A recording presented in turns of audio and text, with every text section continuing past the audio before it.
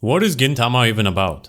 That's probably the question everyone asked themselves when someone recommended the series to them and they tried to look it up. But instead of an actual answer, all they found were some out of context memes. I'm actually one of those people. I've always heard that Gintama is worth checking out, but instead of just watching it, I would read all those paragraphs about how great it is, and after reading all that, I would still have zero idea what it is about. To top it off, I have actually never heard a negative opinion of Gintama from someone who actually watched it all. And even with that in mind, I would still have second thoughts about starting it cause I had no idea what it is about. And over 300 episodes are a lot to commit to. So I guess here I am. My name is Smatson and today I'll try to answer the question, what is Gintama even about? Let's start with some basic knowledge. The series was created by Hideaki Sorachi and believe it or not, Gintama is actually a shonen. Or to be precise, a parody of shonen and its known tropes. It takes place in an alternate version of Edo-era Japan, where the country has been invaded and taken over by aliens known as Amanto.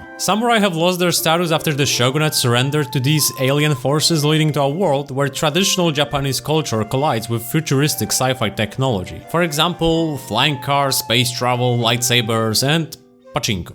Obviously, the setting is a parody of Japan's late Edo period, meant to resemble how modernization and foreign influence changed Japan. Except this time is alien influence, not Western. The characters of Gintama are deeply rooted in Japan's Bakumatsu period, with most of them serving as parodies of real historical figures from the late Edo era. Rather than faithfully adapting these individuals, the series reimagines them within a futuristic setting, preserving their ideological traits, such as loyalty or rebellion. However, you can really forget all that. Let me just make it simple for everyone and start over. What is Gintama even about? It's about everyday lazy life and struggles of characters in the world of Gintama. The episodes are about literally everything except what I just described a minute ago. There is a story and main plot in Gintama, and the setting I have just presented to you is real and matters sometimes, but you don't have to remember all that. The setting itself is important, but who really cares about the main plot if for the first 300 episodes only like 10 to 20 episodes are related to the main plot? You will learn more about Gundam and Dragon Ball throughout these 300 episodes than Gintama's main plot. You wanted to know what Gintama is, and that was the most normal description I could offer you, but as I have said, it doesn't matter. Let's just not bother with it and move on. Gintama is mostly a comedy, but what really makes Gintama great are the characters. The story follows lazy samurai Gintoki Sakata and his odd jobs business. He's assisted by Shinpachi, a teenage boy that helps Gintoki pay his rent for reasons, and Kagura, a girl that possesses superhuman physique and moved in to live with Gintoki as she had nothing better to do and was pretty much homeless. Gintoki itself is a parody of your typical shonen protagonist. You know, the one that never gives up, is determined, grows as an individual, and is reliable and an optimistic leader. Gintoki is pretty much a bum. He's addicted to gambling, likes to drink, can't even afford to pay his own rent, and hanging out with him will get you in trouble. He's portrayed as a loser, but that is not entirely true. His character is so complex, trust me, I could do an hour-long video about him and I fear that would not be enough time. But there's a good reason why I called him a loser, because that is actually one of the complaints from people that have never watched Gintama and only heard about it. You know, like, why would I want to watch a bunch of losers and associate myself with them? This complaint even got the attention of Sorachi, the author himself, and he actually answered that complaint. I often hear that Gintama is very kind to losers.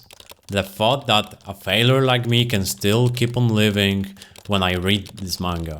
But I didn't intentionally draw losers. I've been told that it's because I'm a loser too. Well, fine, but honestly I think everyone is a loser. The only difference is the skin we put on. Once you open the lid and look inside, everyone's the same. And I kinda agree with him, cause I don't really think that characters are losers just because they fail sometimes or have bad habits like, say, gambling. This is what Gintama is about and what makes it great. Aside from all the comedy, these are regular people that struggle with regular problems. It is nice for a change to watch an anime in which characters are not bound to succeed, aren't some kind of prodigy that has to give their best every day, their fate is not decided upon their birth, and their life choices actually matter. The characters are very human, they are allowed to fail once in a while, they are allowed to have some bad habits, they are not bound to succeed, the universe doesn't magically reward them just because they did the right thing, and the struggle doesn't always pay off. That is why some of them are so easily relatable relatable because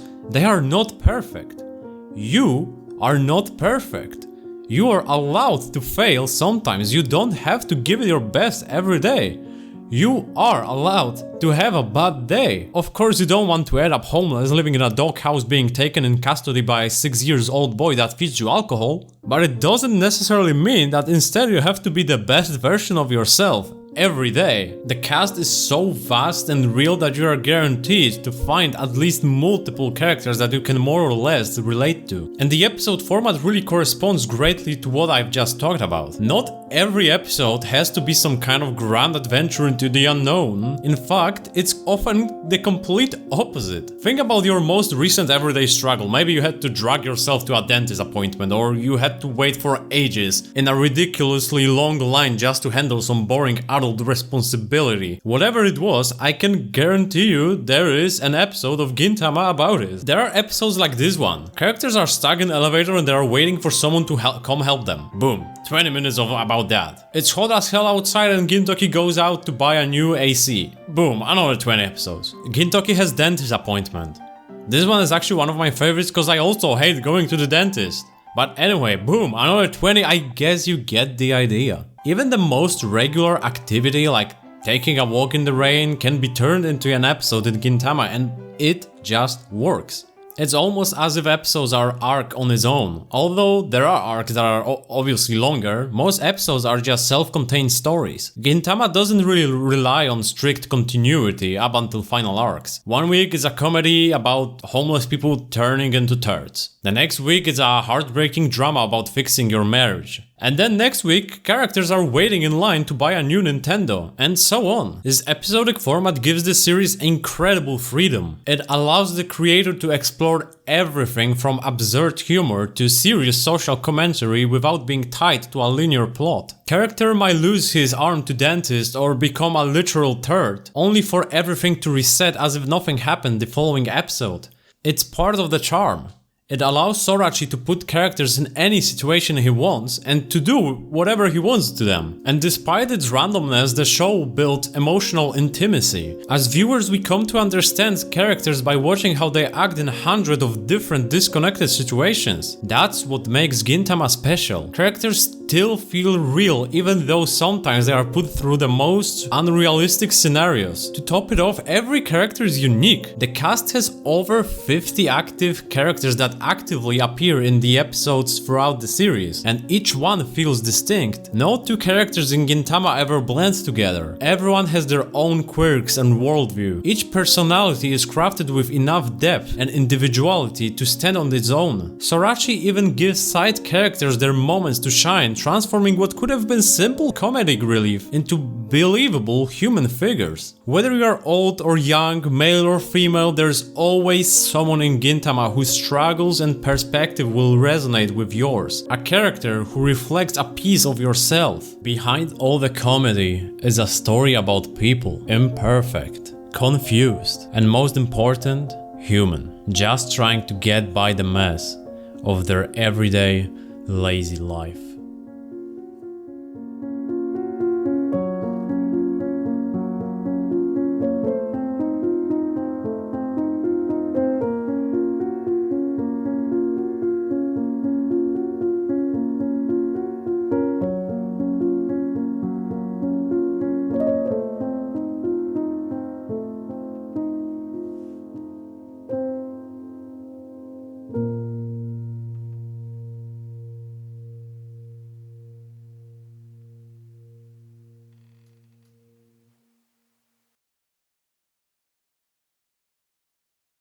Beef or fish? Beef and fish. What? Beef and fish ある。